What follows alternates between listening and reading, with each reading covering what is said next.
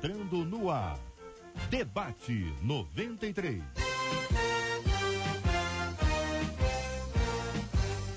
Realização 93 FM. Apresentação J.R. Vargas.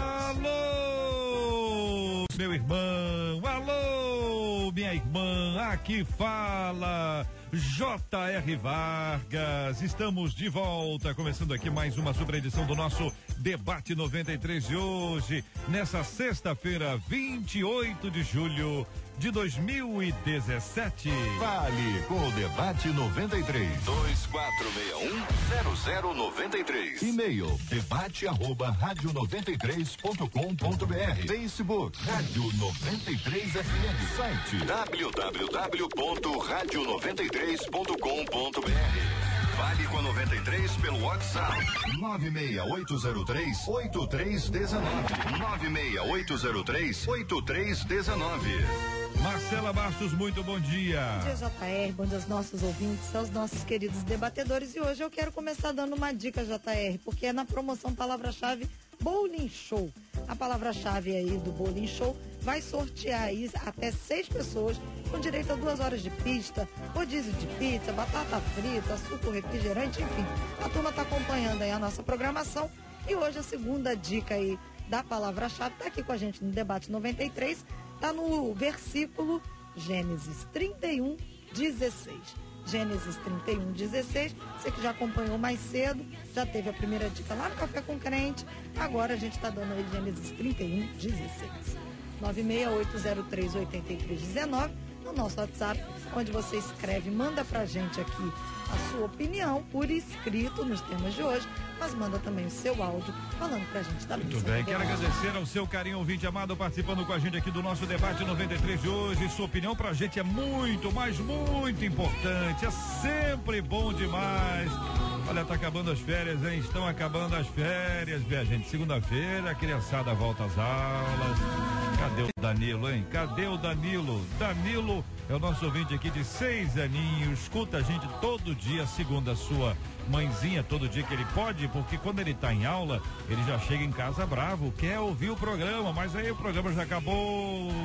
Ele chegou em casa, agora nas férias, ele tá ouvindo todo dia. Ele gravou pra gente um áudio que a gente relembra aqui com muito carinho e gratidão a Deus. Alô, Danilo! JR, eu tô bem ligado na 93. Sou o Danilo, lá de Campo Grande, tenho 6 anos. Beijo, te Ê, Danilão, nota 10!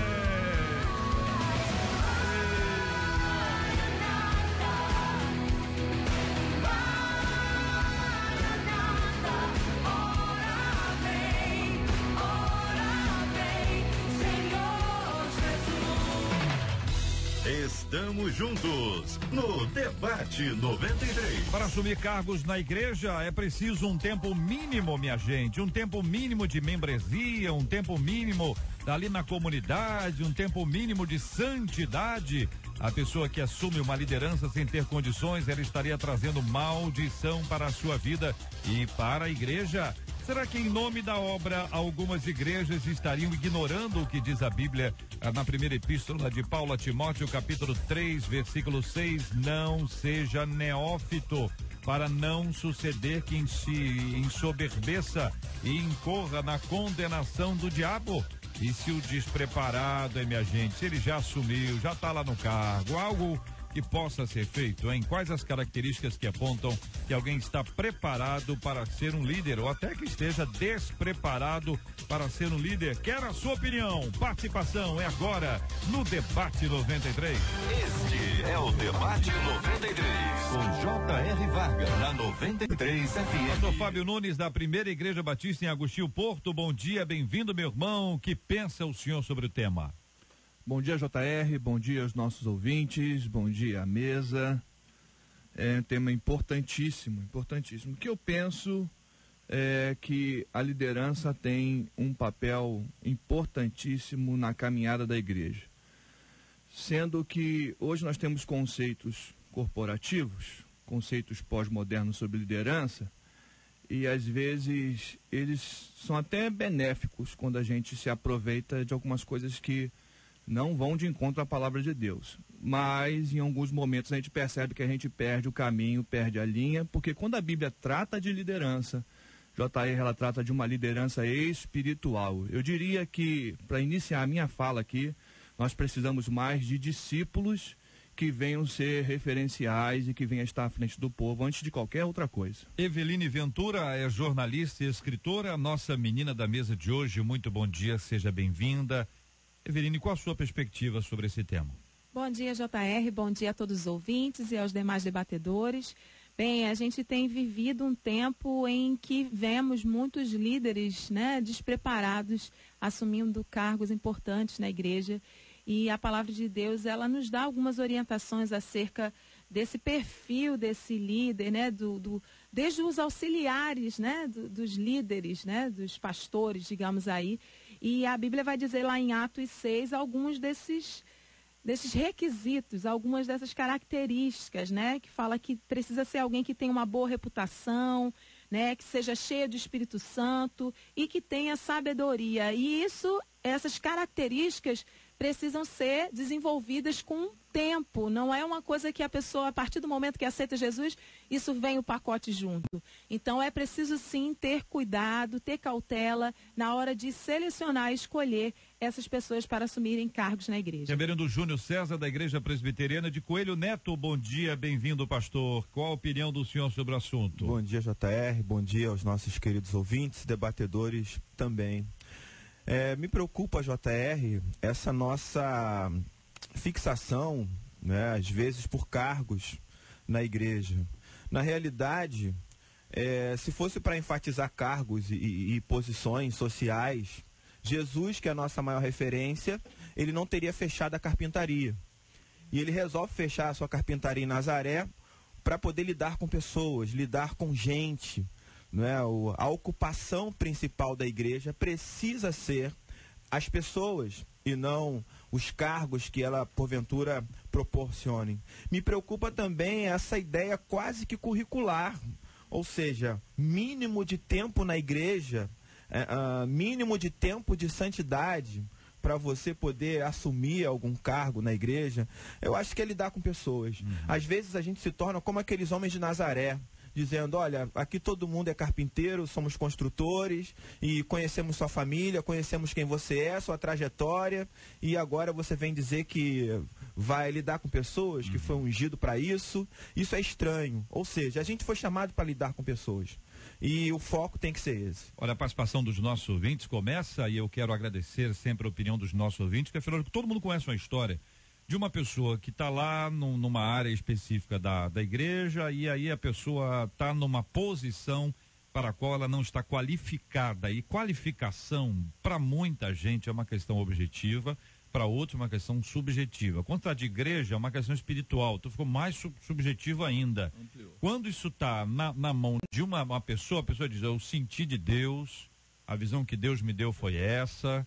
E contra essas afirmações fica sempre complicado interagir para identificar que talvez essa não seja a melhor decisão. Mas quando a Bíblia fala, vamos aí o texto bíblico, né? Não seja neófito para não suceder que se ensoberbeça e incorra na condenação do diabo. A aplicação do texto aqui está equivocada? Faz sentido pensar na liderança em pessoas que não sejam neófitas? Que pensam vocês? O novo na fé, ele está num processo de aprendizado. Eu entendo que quando a gente aceita o Senhor Jesus, passamos por aqueles processos da regeneração, processo da justificação, e a gente entra num caminho chamado caminho de santidade, que é a santificação, que é um processo que a gente vai trilhando ao longo da vida. Uma das coisas que a gente percebe quando a gente avalia essa questão de líderes no Novo Testamento, a gente percebe que esse líder, na sua vida, no seu relacionamento, na sua caminhada na comunidade, eles vão se destacando e eles caem na graça do povo. Há uma ação do Espírito que vai identificando os dons que Deus vai dando. Então, é necessário realmente uma caminhada. Eu acho que esse é um processo natural. Agora, a gente percebe também que existe um outro contrassenso, um outro contraponto. Nós vamos perceber o apóstolo Paulo, que já tem uma caminhada do conhecimento da palavra, que tem um chamado específico e que vai surgindo em determinadas comunidades e ele vai sendo o primeiro líder cristão. Há também esta característica. Mas dentro de uma comunidade local é necessário uma caminhada, é necessário que caia na graça da igreja. Quando se escolhe diáconos, escolhei entre vós, né? Não coloque a mão sobre os bispos, não sejam precipitados em fazer isso. Logo nos dá a entender que existe um tempo de análise. É bom a gente lembrar que esse texto de 1 Timóteo, ele fala sobre bispos e diáconos. Não é? Então não vamos ampliar talvez para a quantidade de cargos que hoje se tem na igreja e que a gente, que talvez na Bíblia nem existisse, né? Mas bispos e diáconos. Mas assim, eu queria fazer um contraponto só para lembrar uma coisa, JR. Lembrar que do nosso ponto de vista, do que a gente chama hoje de neófito, todos os discípulos seriam considerados neófitos. Jesus teve 3 anos só de ministério.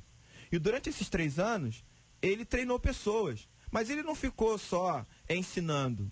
Ele obrigava essas pessoas a fazerem também. Se você for lá em Atos 9, a partir do versículo 36, você vai ver Jesus falando sobre a seara a esses discípulos, esses novos discípulos. Você vai ver Jesus dizendo para eles que eles deveriam rogar ao Senhor que mandasse mais trabalhadores. E se você avançar para o capítulo 10, que é logo em seguida, você vai ver Jesus enviando os discípulos. Ou seja, enquanto você é preparado, enquanto você está rogando ao Senhor mais trabalhadores, você precisa estar fazendo o trabalho. Quando Jesus disse aos discípulos que eles seriam sal da terra e luz do mundo, ele não estava falando para a gente com currículo imenso, em grande processo de santificação. Ele estava falando de pessoas que ele tinha chamado na estrada, tinha encontrado no mar, e disse, vocês devem ser sal da terra e luz do mundo. Então, sinceramente, essa preocupação em ser ou não ser neófito, talvez seja mais uma preocupação nossa, não é? De qualificação mais moderna, do que do próprio tempo bíblico, porque o que qualifica alguém para fazer a obra é estar com o Senhor da obra. Deixa eu perguntar uma coisa, senhor. Essa perspectiva, vamos lá. Na época de Cristo aí, ou pelo menos na época do apóstolo Paulo, a referência a neófito é inicialmente ou primeiramente a liderança formal da igreja. Está falando de pastores, bispos, líderes formais, né? Uma recomendação de Paulo a Timóteo, olha, não coloque uma pessoa despreparada, imatura, espiritualmente para o novo na fé, para assumir esta função, que é uma função formal, é um líder formal. Você tem na igreja vários outros líderes, né? De várias outras áreas, de vários outros níveis. Você está pensando que o cara foi ao culto ontem, teve uma experiência maravilhosa, inquestionável, domingo ele é chamado à frente e consagrado pastor daquela igreja, ou levantado como evangelista, ou levantado como com determinada responsabilidade. Agora, quando nós estamos falando de professor de escola bíblica, nós estamos falando de alguém que tenha maturidade. Nós estamos falando de líder de louvor, alguém tem maturidade. Líder de dança, líder de senhoras, líder de oração, líder de homem, líder de... Não tem também esse aspecto de ter um envolvimento, a maturidade, ainda que não no mesmo significado aí? A minha palavra inicial, JR, eu disse que nós precisamos de discípulos. Eu concordo plenamente. A ideia de ter discípulos, a gente já subentende que é um processo de aprendizado. É um processo de aprendizado, onde numa caminhada relacional, nós vamos aprender a ser pessoas semelhantes a Jesus. Exige um tempo. Eu acho que a preocupação do Júnior aqui é da gente ficar estigmatizando um currículo. Exatamente. Eu acho que essa é a preocupação Exatamente. dele. Mas eu acho que ele não está ignorando aqui a ideia de que é necessário uma caminhada, que eu estou chamando aqui de caminhada de santidade, que eu estou chamando de discipulado, que é das pessoas aprenderem da fé para depois estar compartilhando. Porque o processo é esse, fazer discípulos, ensine a eles a aguardar, olha só, vocês vão ensinar a fé e vão ensinar a eles a aguardar. E daqui a pouco eles também estarão fazendo discípulos. Então eu entendo que esse papel de exercer uma liderança ela exige um certo tempo de caminhada. É a minha percepção. Eu concordo também, e como o JR citou aqui, a gente vê, né, eu lido com adolescentes por causa dos livros, enfim, e eu fico chocada com o que líderes de adolescentes estão ensinando a esses adolescentes. Pessoas totalmente despreparadas, sem nenhuma base bíblica, sem nenhum conhecimento da palavra, sem nenhuma experiência mais forte com o Senhor. Não são pessoas que têm aquela palavra de sabedoria, né? E estão à frente, orientando, influenciando. E aí, às vezes, quando você chega ali para ministrar alguma coisa, não, mas não é isso. A gente aqui aprende de outro jeito, ali, né? Sem base bíblica. Então, é preocupante, sim, porque isso passa o quê? Aquela pessoa foi escolhida por alguém para estar ali. Agora, uma outra então, coisa... precisa ter, sim, né? Um critério, né? Óbvio, não é um currículo ali, mas para principalmente cargos à frente, que vão estar ali orientando, servindo de referência, né? Eu acredito que a gente precisa olhar assim para essas características que a palavra nos dá. Eu entendo que o critério, né, dentre outros, mas o principal é: se eu vou liderar, eu preciso estar num processo de ser liderado. Se eu vou discipular, eu preciso estar numa relação de discipulado. Então, quando eu digo assim que o texto ele não se aplica a tudo aquilo que a gente chama de liderança, essa é a ideia, né? Existem cargos e cargos. O texto é específico quando ele fala sobre bispos e diáconos, então poderíamos colocar aí pastores. Então, são situações que a gente deveria ter um cuidado maior, mas tem que tomar um outro cuidado em a gente não estender isso para tudo que se faz na igreja, porque senão a gente cria aquele clubinho de pessoas. Eu estou na igreja há tanto tempo, então eu posso fazer isso. Você chegou agora, você não pode fazer. Então eu vou criando currículos eclesiásticos na igreja. Eu acho que o principal é você ter uma vida com Deus, você estar numa relação de discipulado com alguém, e enquanto você está aprendendo, certo? Você também faz parte do processo de ensino. Dentro desse cuidado, reverendo Júnior, dentro desse, realmente nessa sua preocupação, isso não quer dizer que eu tenha tido uma experiência inicial de conversão, que eu não possa amanhã chegar em casa e dizer assim: olha, eu tive um encontro com Jesus. Eu não entendo muito bem, não, eu estou no caminho, estou aprendendo, mas eu quero compartilhar com vocês. Foi muito bom. Você já pode fazer isso. Exatamente. É que você já está exercendo uma influência, já está testemunhando da sua experiência com Deus dentro daquilo que você já adquiriu. Você pode fazer isso. E esse é o seu principal trabalho. Essa é a questão. Exatamente. Esse é o principal trabalho. Falando, pastor, né? Da questão de cargos, de buscar cargos, né? Que isso tem muito, né? A gente brigando por cargo, e enquanto vamos fazer o ídolo do Senhor. Então, isso você pode compartilhar. Se você aceitou Jesus hoje, teve um encontro com o Senhor hoje, ou amanhã, você já pode ir aí falando do amor de Deus para outras pessoas, agora, independente de cargo. Irmãos, o texto fala sobre o perigo da soberba. A soberbia é realmente uma coisa que cativa, né? Que busca as pessoas e acaba amarrando a pessoa. Então, se o perigo é a soberba, por princípio, o perigo pode atingir a todos, pastores e bispos, como também pode atingir a liderança leiga da igreja, ou seja, o risco que todo mundo corre o tempo inteiro da soberba, do orgulho, da vaidade, que precede sempre a queda. Ele é um anúncio de que haverá uma queda, ele é o prenúncio de uma destruição, de uma desgraça. Essa palavra é forte, mas é essa mesma, e envolvendo aqui, inclusive, como diz o texto, a condenação de diabo. Então, eu estou pensando aqui na cabeça do líder, e vai dizer o seguinte: olha, eu preciso daquele irmão, daquela irmã ali, ele tem algumas habilidades muito interessantes para essa área, mas ele não está preparado ainda, ele ainda é imaturo espiritualmente, ou imaturo emocionalmente também. Então eu vou trabalhar com ele, vou treiná-lo para que ele possa desenvolver essa habilidade que eu já vejo nele, uma habilidade óbvia, mas falta a ele esse tipo de embasamento sólido do ponto de vista espiritual. Você está investindo nele, está investindo aqui. Só que existem igrejas, e todos nós temos consciência disso, que tem dia, ou tem dia, como diz um filósofo, tem dia que parece noite, entendeu? Quer dizer, não tem ninguém para aquela área. Há uma necessidade gritante, e a pessoa acaba colocando alguém que não é a pessoa ideal, que não foi preparado, que não foi treinado, mas é o que temos para hoje, entendeu? Eu entendo. JR, assim, eu acho que para você exercer qualquer cargo na igreja, né, a primeira coisa, você precisa ser crente. Esse é o ponto principal. Segunda coisa, além de ser crente, você precisa ser discípulo. Ah, mas eu posso ser crente e não ser discípulo? Pode. Você pode ser crente que não aprende com Jesus? Pode. A sua vida fica estagnada. Então, ser discípulo.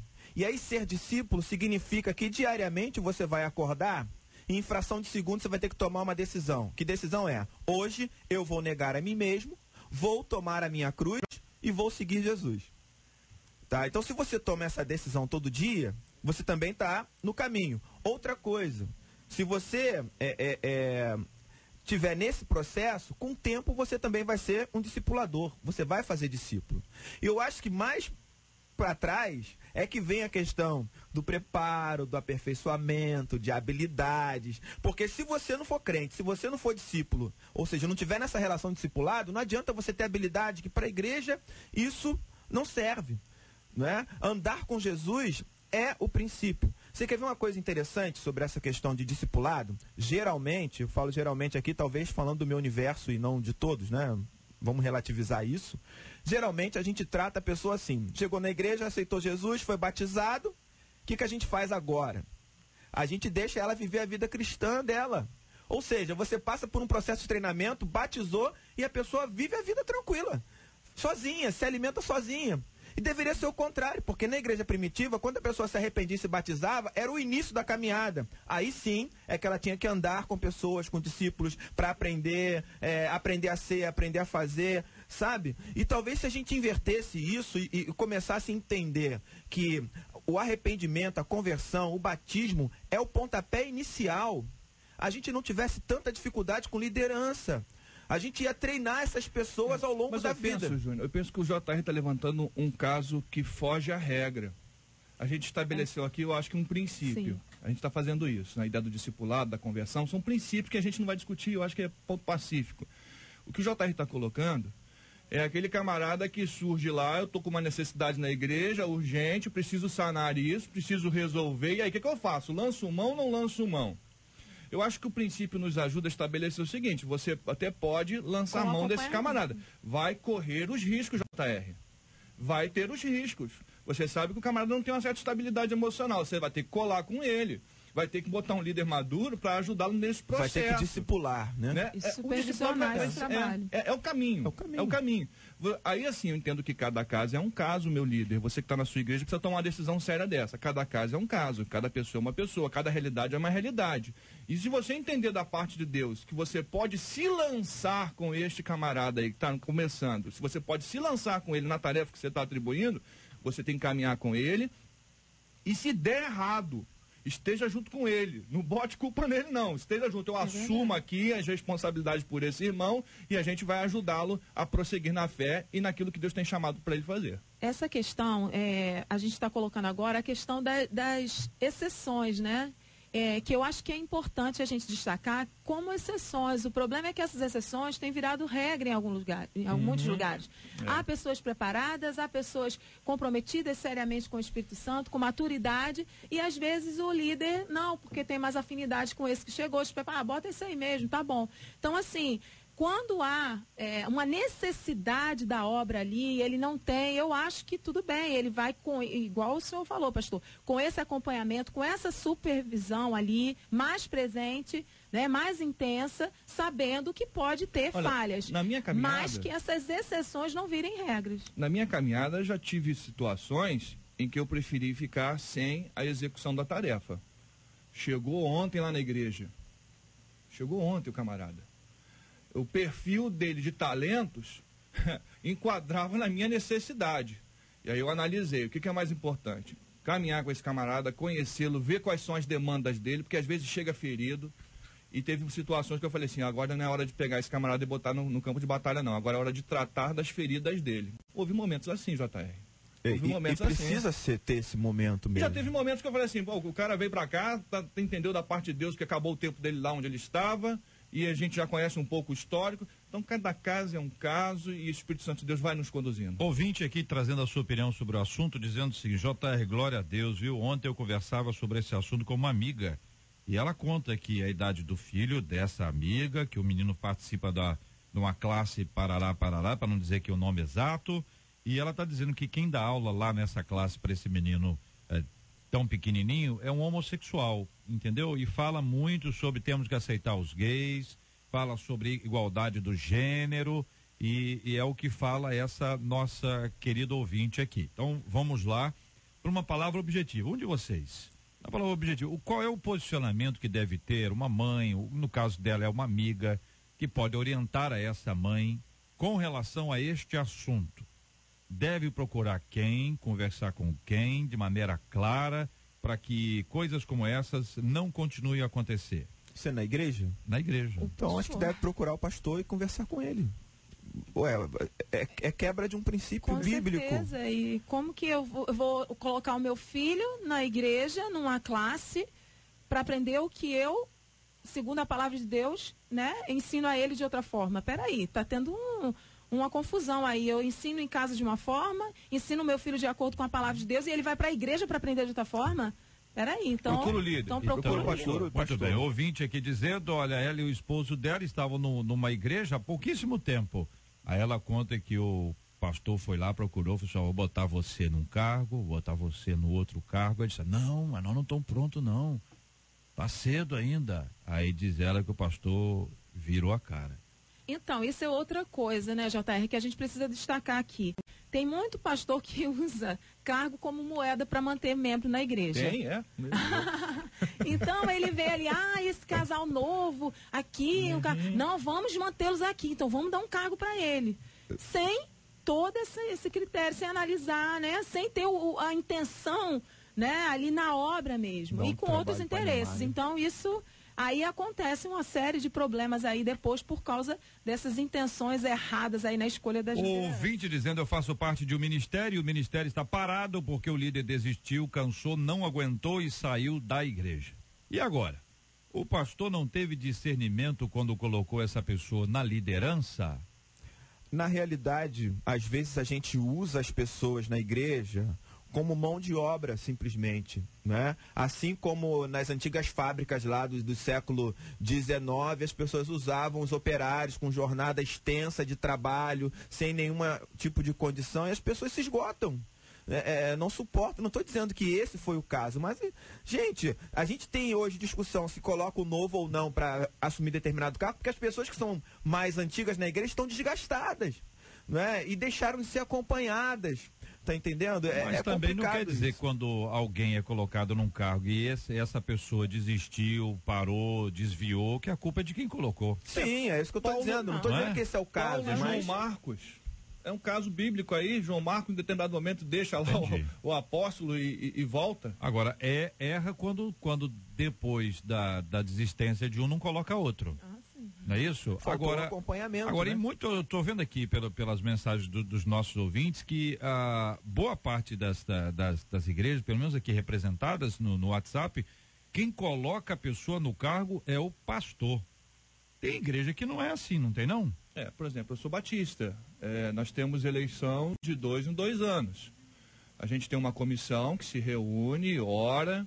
Geralmente são os ministros que fazem parte dessa comissão. Isso é levado, a indicação aos cargos é levado em assembleia, no caso da Igreja Batista. E a igreja, ela se posiciona a respeito das indicações. Então, no nosso caso, a igreja é que elege os líderes. No meu caso também, presbiteriana é eleição, né? Mas isso não quer dizer que seja o melhor caminho não, às vezes atrapalha, porque se a liderança não tiver com a visão ministerial, ligada realmente no processo ministerial da igreja, você escolhe pessoas que realmente não tem nada a ver, escolhe por afinidade, tá entendendo? Então, assim, eu acho que o critério é oração, é buscar em Deus, é discipulado, acho que esse é o caminho, gente. E eu sou assembleana e não tem eleição, não. É o pastor, né, dirigido ali, né, por Deus, ora e indica a pessoa ali para assumir o cargo. Eu penso que a forma tem prós e contras. Eu acho que cada um faz de um jeito. Eu acho que a questão principal, que eu acho que envolve todas as formas, ainda é a ideia do preparo, do acompanhamento, do relacionamento e tornando pessoas maduras espiritualmente. Olha, muita gente ainda opinando. E quando uma pessoa, uma família se destaca com excelência na igreja, aí a liderança, o pastor fica com ciúme, porque aquele ou aquela família está se destacando mais do que ele. Com isso, trava o crescimento dessa pessoa ou família. Isso aí eu acho que é um pouco de imaturidade espiritual dessa liderança, né? Porque se ele está com o coração voltado para a obra, ele quer mais é que a obra cresça. E se o trabalho está indo bom, ótimo. Agora, se ficar enciumado porque o trabalho que aquele casal está fazendo está dando frutos, peraí, qual a intenção dele então? É que a obra vá para... Né? De sentido contrário? Nós cremos no sacerdócio universal. Eu penso que a função do pastor é que os membros de sua igreja desenvolvam os seus ministérios. E ele tem que ficar feliz quando a igreja está desenvolvendo o ministério. E ele vai fazer a função de bispo, vai supervisionar os ministros, a comunidade de servos. Então fique feliz, pastor, se a sua igreja está desenvolvendo no ato de servir. Fique feliz, você está cumprindo o seu papel. Agora, se só você faz... Fique preocupado. JR, é uma confissão que eu tenho que fazer. JR, se Deus der mole para mim, eu assumo o lugar dele. Se ele der mole para mim, eu faço as coisas do meu jeito, eu faço abrir, eu faço de tudo. Se Deus der mole para mim, eu faço isso. Então, o que eu falei no início vale principalmente para pastores. Acordei, fração de segundos para decidir. Vou negar a mim mesmo, vou tomar a minha cruz e vou seguir. Se eu adotar esse princípio de Jesus, eu não vou ter problema. É esse tipo de problema com liderança que você está falando aí. São 11h33, minha gente, aqui no Rio de Janeiro. Estamos conversando, falando, debatendo sobre a questão do trabalho de liderança, responsabilidade que é tão grande, pesada, é difícil, mas é necessário que nós tenhamos cada vez mais pessoas que estejam absolutamente envolvidas, entregues ao trabalho do Senhor, servindo sempre não para sua própria glória, mas sempre para a glória de Deus. Nós precisamos de obreiros aprovados. Você lembra quando foi que o Senhor o separou dentre todos os amigos, dentre os entes mais queridos, e lhe encheu a alma toda de paixão tão desmedida pelas almas, pelas vidas que não sabem pra onde vão. Mas o tempo foi passando e a paixão se esfriou. Ó meu Senhor, responda-me, por quê?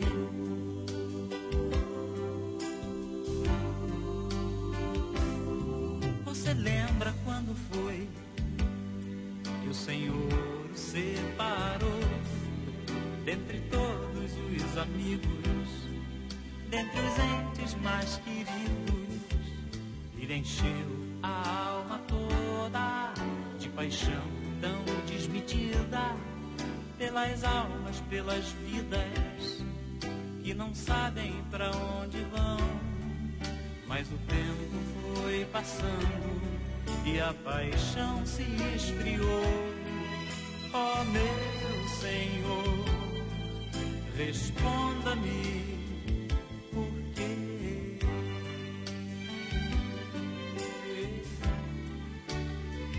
Você precisa ser obreiro aprovado e não ser acusado por ninguém. E andar como meu filho andou, e amar com o genuíno amor que eu lhe dei. Mas se me buscar na palavra, de coração na palavra, eu dou-lhe minha palavra, me achará e aprovado será. Você ouve Debate 93 com J.R. Vargas. Uma mãe adotiva de 3 crianças, minha gente. Mãe adotiva, 3 crianças, estava tendo sérios problemas para contê-los durante as compras. Coisa comum, né? Não acontece isso? Acontece ou não acontece, gente? Ou não? Ai, acontece ou não acontece? Acontece. Ah, muito bem. Então vamos lá. Aí não bastasse enfrentar as caras feias de outros clientes, quando ela chegou ao caixa para pagar as suas compras com um cartão benefício, os principais itens, como leite, por exemplo, não foram aceitos. Foi então que ela foi alcançada pela atitude carinhosa do rapaz do caixa.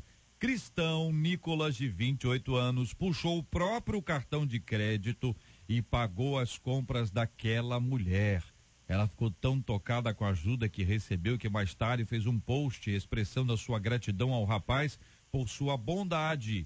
E ele foi entrevistado e Nicolas disse: eu senti que Deus estava pedindo para que eu pagasse aquelas compras. Quando Deus me diz para fazer algo, eu simplesmente faço o que tem que ser feito. Frase linda, né? Muita gente quer o endereço do Nicolas, saber onde é o supermercado Nicolas para comprar lá. O Nicolas, sentiu alguma coisa? Não. Nicolas, ora aí, querido. Hein? Nada? Tem certeza, Nicolas? Sentiu nada? Devolve o carrinho, né? Você costuma obedecer às ordens de Deus ou tem dificuldade de obedecer na hora? Como discernir entre a voz de Deus e a voz do nosso coração quando precisamos fazer algo? O que pensam vocês, queridos debatedores, e vocês, ouvintes, acompanhando a gente? Eu achei esse testemunho muito impactante. A gente vive, né, um dia a dia com tantas notícias ruins e vê aí Deus tocando a vida desse jovem para ser bênção na vida dessa mulher aí, que sirva de inspiração e de modelo para muitos que estão nos ouvindo, né? Quem sabe hoje aí Deus pode te tocar para fazer algo. Não precisa ser uma compra, né? Mas você ficar mais sensível à voz do Espírito Santo aí, ser instrumento de bênção para a vida de outras pessoas. Eu não tenho dificuldade em obedecer a ordem de Deus, não. Às vezes nem sempre são fáceis, né? Mas a gente tem aquela certeza de que Ele está conosco e Ele vai nos dar força, graça para passar ali e cumprir aquela ordenança dEle. A gente vai vivendo num mundo onde estas coisas se tornam extraordinárias. É claro que nos toca um exemplo desse. Mas a gente percebe o reino de Deus sendo sinalizado também desta forma: quem tem 2 capas dá para quem não tem, quem tem de comer dá para quem não tem de comer. Isso aí, na visão de João Batista, o reino de Deus é isto. Na visão do apóstolo Paulo, o reino de Deus é paz, é justiça. Então, é injusto que uma mãe não consiga levar para casa o leite para dar para as crianças. Então, o reino de Deus chega e aí vai promovendo justiça. Isso vai demonstrando o quanto o mundo está perdido. Uma dona de casa chegar no caixa e não poder levar o alimento para casa, isso vai também nos batendo. É claro que a evidência é o garoto e a sua atitude, mas isso vai mostrando o quanto nós precisamos de uma mudança nesse país.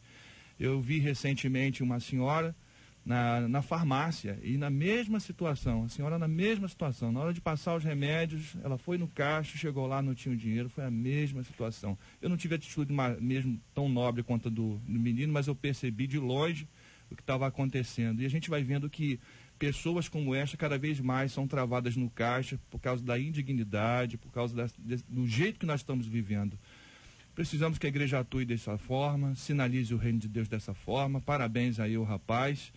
E vamos orar pelo nosso país, porque essa situação muito afeta os nossos corações. Bem-aventurado aquele que acolhe ao necessitado, né? O que a Bíblia diz. Se eu costumo obedecer às ordens de Deus, sim. Se eu tenho dificuldade, muitas vezes com dificuldade. Mas mesmo com dificuldade, o melhor é obedecer. E esse discernimento, eu acho que o fundamental para você discernir entre a voz de Deus e a voz do seu coração é estar em Deus, né? É gastar tempo com Deus, é procurar ouvir Deus, falar com Deus, né? Fazer da sua vida devocional realmente um diálogo entre você e Deus, e talvez você tenha discernimento para isso. E quando você está com Deus é interessante, é o próximo que é abençoado. Você quer saber o quanto você é consagrado? Veja quantas pessoas você toca. É verdade. Quer saber o quanto você adora? Veja o quanto você está servindo. Então, é exatamente o que a Bíblia propõe. Amar a Deus é tão importante quanto amar o próximo. Foi o que Jesus se concluiu dessa forma. Essa experiência desses rapazes, né, me trouxe à memória uma situação. Pode ter certeza aí, Nicolas, que isso vai ficar muito marcante na vida dessa mãe, quem sabe desses filhos, né? Hoje eu estou aqui com a oportunidade de estar com minha mãe. E eu já vivi esse outro lado de ser abençoada, né?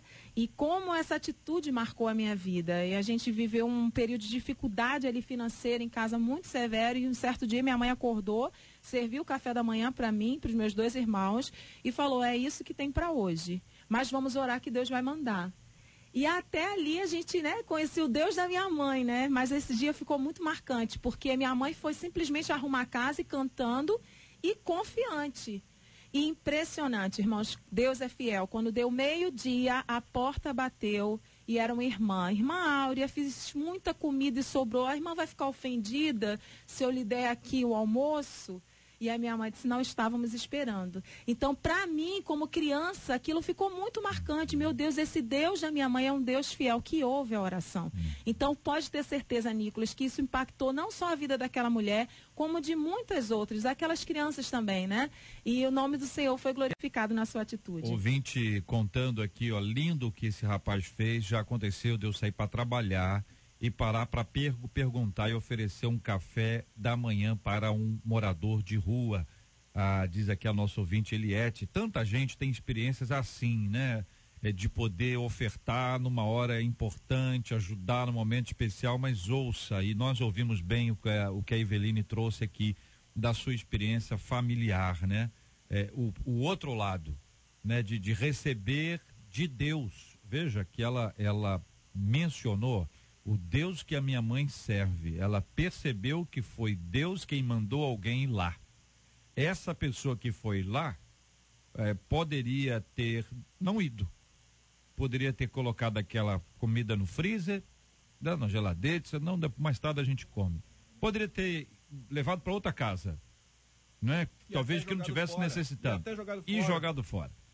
Mas segurou isso, levou lá e, sabe, essa coisa que você vê exatamente, né? O tempo de Deus sendo realizado e uma pessoa em obediência. Obediência. Né? Uma pessoa em obediência. A explicação dela foi essa, Deus me mandou vir aqui, eu fiz mais, mas eu senti de Deus de vir aqui trazer, mas ela estava até preocupada se a gente ia ficar ofendida, se minha mãe, imagina. E a gente estava ali, para nós era a resposta de oração. Deus faz estas coisas extraordinárias através Amém. da igreja. A igreja precisa estar sensível.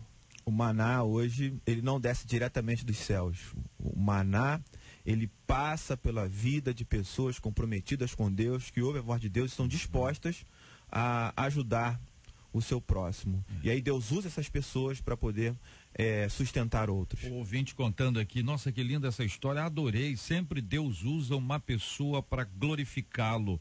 Parabéns ao menino que fez essa iniciativa e essa pessoa aí, né, Eveline? Essa senhora. Ai, que lindo. Essa senhora que fez aí, isso. Que Deus, né, continue abençoando e que você possa ter essa noção do cuidado de Deus com a sua vida e com a vida dos seus filhos. Dona Áurea, né? A minha mãe. Dona Áurea é a mãe. Dona Áurea é a mãe. irmã que foi lá, né? Não, a minha mãe é a Dona Áurea. Ela que orou. Essa senhora aqui da nossa história não diz o nome dela, né? Ouvinte aqui dizendo, havia uma senhora no mercado comprar a limpeza da carne. Eu não conheço esse termo. Aí ele diz aqui, lembrei da minha infância, a gente chamava pelanca de limpeza da carne. Sim. Pelanca eu conheço. Achava que ninguém mais comia isso. Entendeu? Mas ele diz aqui, eu não tive a atitude do Nicolas.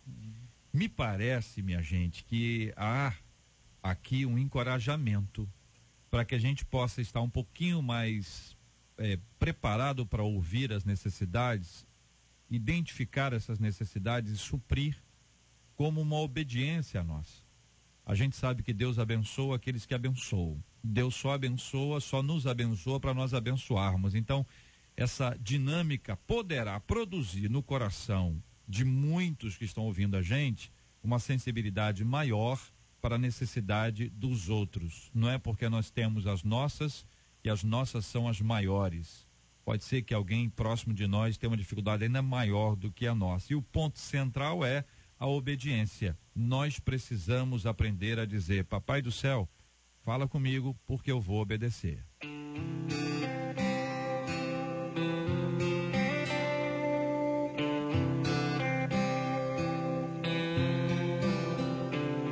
Papai do céu, eu sei que sou tão pequeno, mas quero te conhecer cada dia mais. Quero te dizer o quanto eu te amo.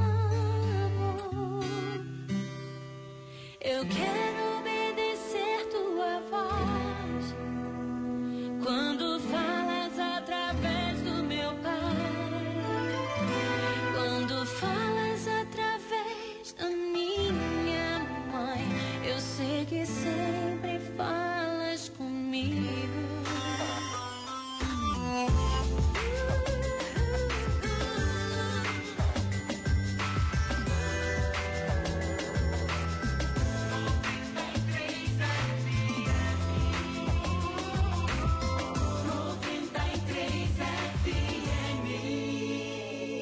Marcela, diga aí. Então, JR, antes da gente entrar aí no terceiro tema, a Stephanie mandou um áudio pra gente. Ela tem 6 aninhos, provavelmente inspirada aí pelo Danilo. E ela também conta pra gente que ela tá de férias, que daqui a pouco ela vai voltar. Olha ela falando com você. Oi, Stephanie. Stephanie. Bom dia, Pastor J.R. Varga. Eu sou Stephanie, eu tenho 6 anos. Eu moro em Jardim Palmares. E no finalzinho das minhas férias eu estudo. Quando eu vim às minhas aulas, eu não vou poder ouvir vocês todo dia de manhã. Só nas férias, porque eu estudo de manhã. E mando um beijo pra Marcele Bastos. Um beijo e sou sua fã. Stephanie. Um beijo, coisa linda. Stephanie, que maravilha, Stephanie. Vou apresentar a Stephanie ao Danilo. Que coraçõezinhos maravilhosos. 6 aninhos os dois acompanhando a gente. Gente, isso é um privilégio maravilhoso, uma graça divina. Um programa que a gente faz, um programa tão adulto, né? Tão adulto. E a gente tem a graça de Deus de ter o carinho dos nossos ouvintes tão pequenininhos. Mas olha, uma menina já, uma moça quase de 6 anos. A Stephanie está estudando, ela se preparando, né, Stephanie? Vai ser muito... Você vai ser o que quando você crescer, Stephanie? Fala pro radinho aí, conta aí. Vai ser o que quando você crescer? Quer fazer o que da sua vida? Você tem muito tempo pela frente para pensar e para orar. E continua aí obediente ao papai e à mamãe e firme na igreja, para você aprender muito da palavra do Senhor, para cantar louvores ao nosso Deus, orar e pregar o evangelho para suas amigas, para os seus amiguinhos, compartilhando tudo aquilo que Deus está falando com você. Que Deus te abençoe muito, tá bom, Stephanie? Você e o Danilo, símbolos dessa graça divina sobre a nossa vida. Muito obrigado. Deus abençoe vocês.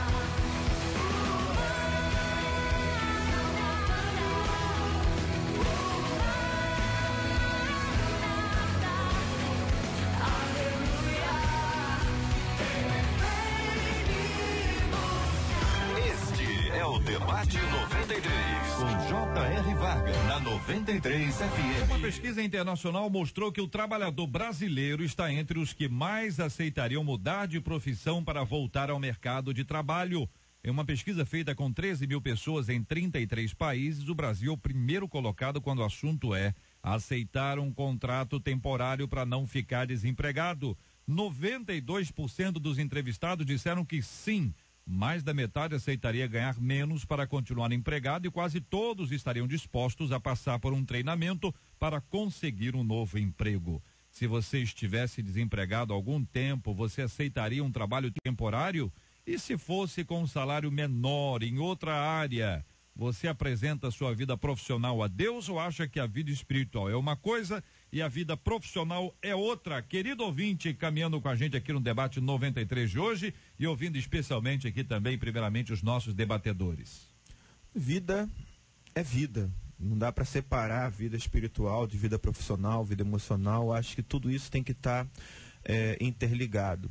E também acho que quando o assunto é a manutenção da casa, sustento da família, dos filhos, né? Eu acho que você colocando isso diante de Deus, você deve realmente usar todas as oportunidades que você tiver para poder conseguir levar isso a efeito, né? É claro que, como eu disse, colocando diante de Deus não é qualquer serviço que serve para o crente, tá? Mas você coloca isso diante de Deus e vai à luta, que é o mais importante. A gente vê hoje em dia, né, o desemprego aumentando, muitas pessoas passando necessidade, mas às vezes você vai conversar e você vê que elas são cheias de preconceito. Ah, não, mas esse tipo de atividade eu não quero. Não, mas para fazer aquilo eu não quero. Não, porque eu tenho faculdade. Não, gente, trabalho é trabalho. Obviamente, tem certos tipos de funções que não são adequadas para um servo de Deus. Mas tirando isso, porque você julga que aquilo é menos importante, porque você tem um título, por favor, né? Vamos deixar esse preconceito de lado e entrar pelas portas que Deus tem aberto, né? Deus às vezes abre portas e a pessoa não quer entrar e fica ali, Senhor, me manda. Por quê? Quer um emprego, não quer um trabalho. Essa situação tem prós e contras, né? Nessa realidade do brasileiro. Primeiro que o brasileiro acaba se tornando uma mão de obra que que desenvolve várias atividades. O brasileiro não só faz uma coisa. Ele se vira, ele se adapta, ele busca. E isso a gente olha com muita alegria do nosso povo, né? Contrariamente, como alguns preferem dizer que o brasileiro é preguiçoso. Não, o brasileiro se vira, ele corre atrás, ele busca. É um povo sofrido. E eu acho que esse sofrimento faz com que a gente se torne, desenvolva essa cultura. Por outro lado, a gente percebe que isso pode causar um espanto para os outros países. Pode causar um espanto, porque lá o pessoal se especializa, o camarada se torna especialista em apertar aquela porca, e aí ele se une com aquela classe daqueles que apertam a porca e eles vão brigar pelos seus direitos para manter. Então, o aspecto negativo é esse. A gente se sujeita a algumas situações e, infelizmente, a gente vive num sistema que hoje oprime o trabalhador. Aqui, o ouvinte dizendo, a Jéssica, ela é formada em secretariado executivo, ela diz, não estou mais conseguindo trabalho na área e hoje estou fazendo pós em formação de professores para conseguir voltar ao mercado de trabalho. Eu acho que essa é bem a característica do brasileiro, né?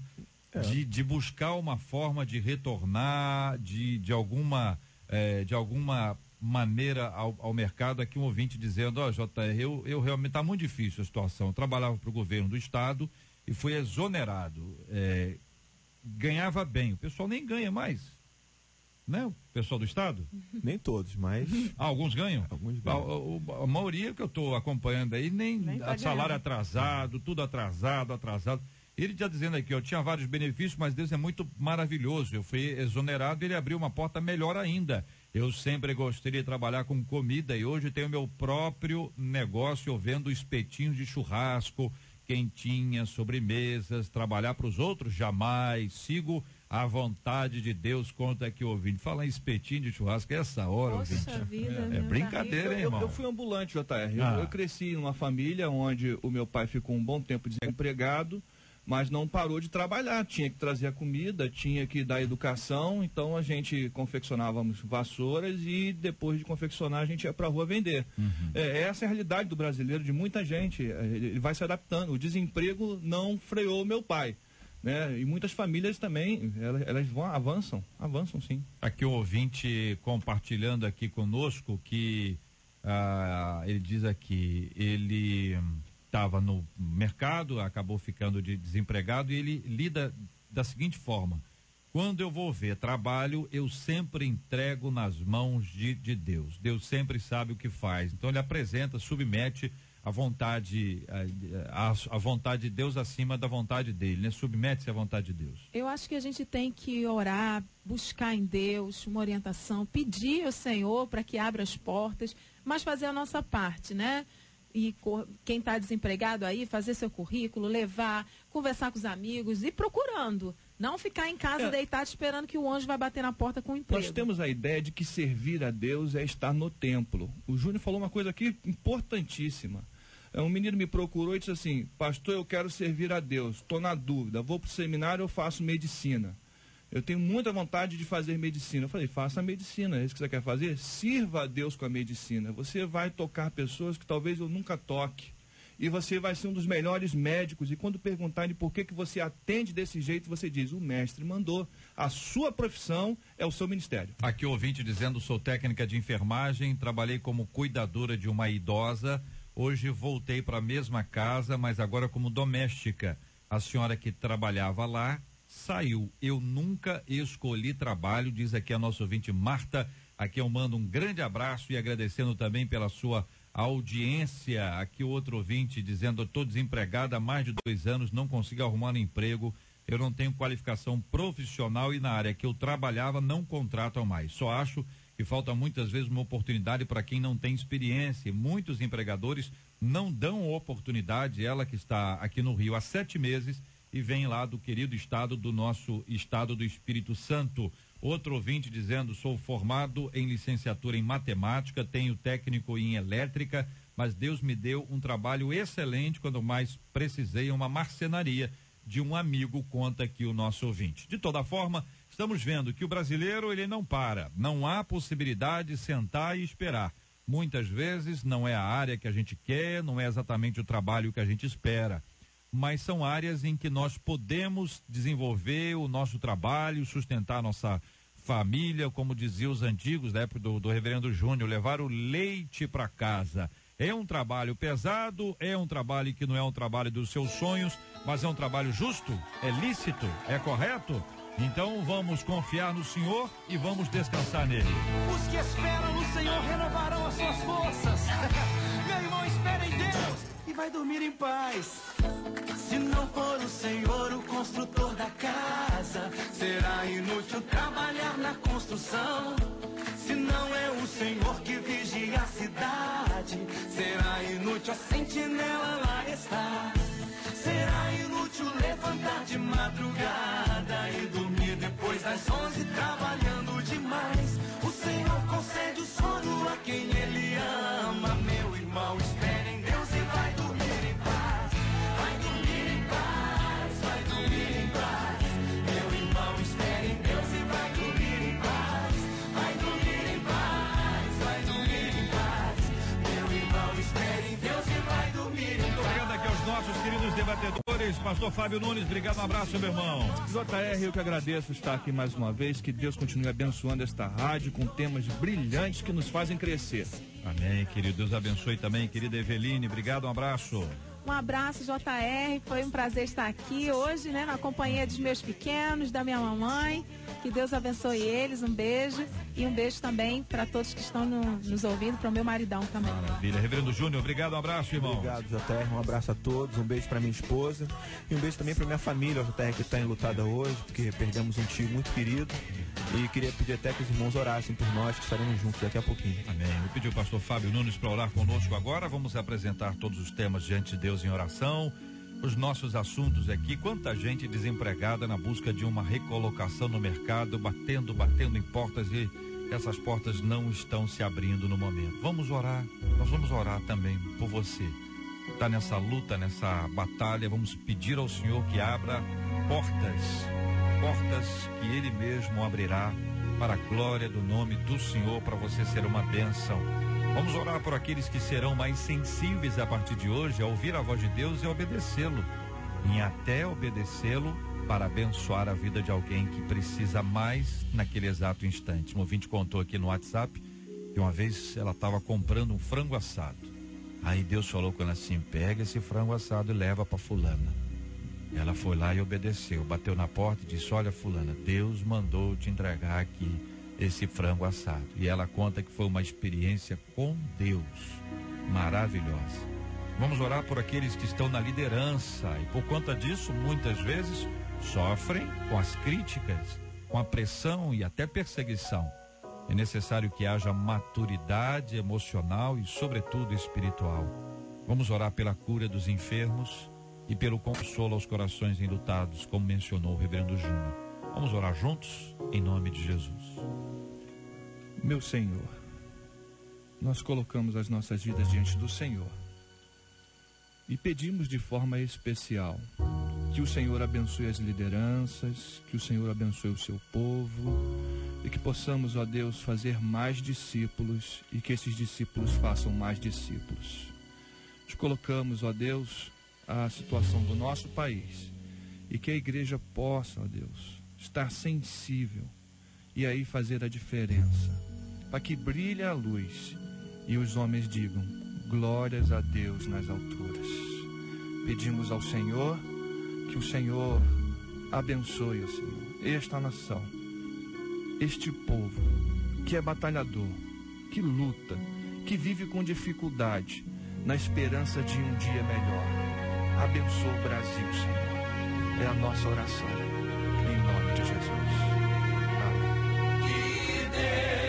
Deus te abençoe. Você acabou de ouvir Debate 93.